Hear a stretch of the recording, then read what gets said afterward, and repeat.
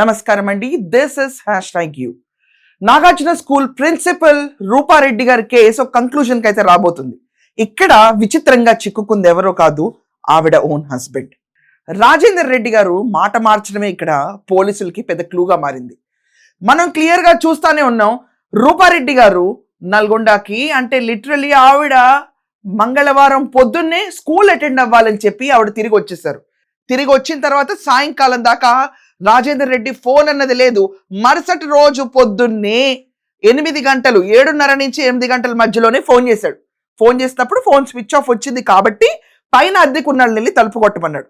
అప్పుడు ఏమైంది, ఆళ్ళు రక్తపు మడుగులో ఉన్న రూపారెడ్డిని చూసి షాక్ అయ్యి ఈవిడ ఇలా కత్తిపోట్లు ఉన్నాయి అని చెప్తే పోలీసులకు ఇంటిమేట్ చేసిన తర్వాత రాజేందర్ రెడ్డి అప్పుడు హైదరాబాద్ నుంచి తిరిగి వచ్చాడు. స్టోరీ నేపథ్యం అందరికీ తెలిసిందే, సో నేను రీఎక్స్ప్లెయిన్ చేయక్కర్లేదు. సో రాజేందర్ రెడ్డి ఎంట్రీ ఇచ్చిన తర్వాత ఏమైందంటే సీసీటీవీ ఫుటేజ్లు అంతా గల్లంత అయిపోయి ఉన్నాయి. అక్కడ ఆ గల్లంతైన సీసీటీవీ ఫుటేజ్ లో ఒక ఎర్ర చొక్కా అని తిరుగుతానే ఉన్నారు పోలీసులు. ఎందుకంటే అక్కడ తప్ప ఒక్క వ్యక్తి సంచారం కూడా లేదు. సాయంకాలం 5:30 నుంచి 8 గంటల మధ్యలో ఈ హత్య జరిగిందని పోలీసులు నిర్ధారించారు. ఇది కాకుండా చాలా కక్షాపూరితంగా ఒక హత్య జరిగింది. ఇది అంటే ఒక మనిషిని చంపాలంటే ఒక్కసారి 2 సార్లు పొడిస్తే చనిపోతారు. కానీ రూపారెడ్డి విషయంలో 27 సార్లు కసిగా పొడిచారు. తలపైన కూడా పొడిచారు, కొట్టడం కాదు. ఇది కాకుండా మొట్టమొదటిసారి స్టాబింగ్ జరిగిన టైం నుంచి ఆవిడ చనిపోయే టైము 40 నిమిషాలు పట్టింది ఆవిడ చనిపోవడానికి. అంటే ఫస్ట్ కొంచెం పొడుస్తూ ఇలా నరకయాతన పెడుతూ ఆవిడని చంపేశారు. ఇక్కడ క్లియర్గా ఎస్టాబ్లిష్ అయింది. ఇది ఏం పోయినాయి అబ్బాయి ఇంట్లో అని ఫస్ట్ పోలీసులు అడిగినప్పుడు రాజేందర్ రెడ్డిని ఇంట్లో ఎంత లెక్క ఉందో పోలీసులకు తెలియదు కదా. అప్పుడు రాజేందర్ రెడ్డి ఏం పోలేదు మా ఇంట్లో, అంతా బాగానే ఉంది, ఓన్లీ మొబైల్ ఫోన్ పోయింది, అది కూడా రూపారెడ్డి ఫోన్ అన్నాడు. తర్వాత విషయంలోకి నెక్స్ట్ డే పోలీసులు ఇంకొంచెం స్ట్రాంగ్ ఇన్వెస్టిగేషన్ చేస్తూ ఉండగా లేదు ₹1,00,000 పోయింది మా ఇంట్లో అని చెప్పాడు.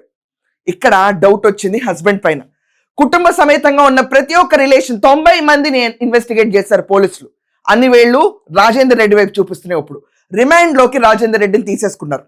తీసుకుని అతని ల్యాప్టాప్ అతని ఫోన్ ని స్వాధీనం చేసుకుని ఆవిడ లావాదేవీలన్నీ అంటే ప్రతి ఒక్క రూపాయి రూపారెడ్డి ఇన్వెస్ట్ చేసింది అతని బిజినెస్ లో. రూపారెడ్డి డబ్బుల విషయంలో సాధారణంగా భర్తను అడుగుతారు, ఏం చేశావు, నేను ఇన్వెస్ట్ చేసిన డబ్బులు ఏం చేశావు అని అడగటం సర్వసాధారణం. ఆర్థిక లావాదేవీల విషయంలోనే రూపారెడ్డిని చంపారు అని నిర్ధారించబోతున్నారు పోలీసులు. ఇప్పుడు రూపారెడ్డి భర్త సుపారీ ఇస్తేనే జరిగింది అన్న విషయం బయటకు వస్తుంది. ఇది కాకుండా వాళ్ళిద్దరి మధ్యలో వాగ్వాదాలు జరిగినాయి, కుటుంబ నేపథ్యంలో వాళ్ళ గొడవలున్నాయి, పరస్పరంగా వాళ్ళిద్దరూ గొడవ పడుతూ ఉన్నారని చెప్పి రాజేందర్ రెడ్డి ఇన్వెస్టిగేషన్ లో ఒప్పేసుకున్నాడు. దానికి మూలమైన కారణం ఏంటంటే అతని ఫోన్ సరెండర్ చేసుకుంటారు అని చెప్పి ఎవరు అనుకోలే. దాంట్లో వాళ్ళ వాట్సాప్ చాట్స్ అవనండి ప్రతి ఒక్కటి వాళ్ళ జనాల ముందుకు రావడంతో పోలీసుల ముందుకు రావడంతో అర్థమైపోయింది, ఇది ఒక గ్రజ్జీగా భర్త చేసిన ప్రాపర్ స్కెచ్ అని. కానీ మనం అనుకుంటే సరిపోదు, పోలీసుల దగ్గర ఆ గొడవలు ఒకటే సరిపోదు, దీనికి ఆధారాలు కావాలి. భర్త ఒకవేళ చేయించుంటే గనక ఆధారాలు కావాలి. జస్ట్ చూసి సరిపెట్టుకోలేరు, ఎవిడెన్స్ అనేది చాలా ఇంపార్టెంట్ ఇక్కడ. సో సుపారీ ఎవరికి ఇచ్చారు, ఎలా ఇచ్చారు, ఆ ట్రాన్సాక్షన్ ఎలా జరిగింది, అండ్ ఇది కాకుండా అసలు ఎంతెంత ఇన్వెస్ట్మెంట్ రూపారెడ్డి రాజేందర్ రెడ్డి బిజినెస్ లో పెట్టింది, ఈ కోణంలో ఇప్పుడు పోలీసులు దర్యాప్తు మొదలు పెడుతున్నారు. ఇది కాకుండా అసలు సీసీటీవీకి చిక్కకుండా వచ్చిన మనుషులు బయట సుపారీ ఇచ్చిన వాళ్ళు వేరే వ్యక్తులా లేకపోతే సొంత కుటుంబానికి చెందిన వ్యక్తుల్నే ఎంగేజ్ చేసి చంపించారా అన్నది ఒక పెద్ద బ్రాకెట్ క్వశ్చన్ గా మారింది ఈ రోజు. బట్ ఎట్టకేలకు ఎవరబ్బా అస్సలు ఏ గొడవ లేని రూపారెడ్డి, స్కూల్లో గుడ్ నేమ్ ఉన్న రూపారెడ్డిని చంపే ప్రయత్నం ఎవరు చేస్తారు అంటే అన్ని వేళ్ళు భర్త వైపు చూపించి తడబడుతూ భర్త ఈ రోజు తన ల్యాప్టాప్ ని ఫోన్ ని సరెండర్ చేసి చివరికి పోలీసులు స్ట్రాంగ్ ఇన్వెస్టిగేషన్ అతని పైన పెట్టాల్సిన పరిస్థితి వచ్చింది. వాళ్ళ కుమారుడు చాలా డిస్ట్రెస్డ్ మూడ్ లో ఉన్నాడు పాపం.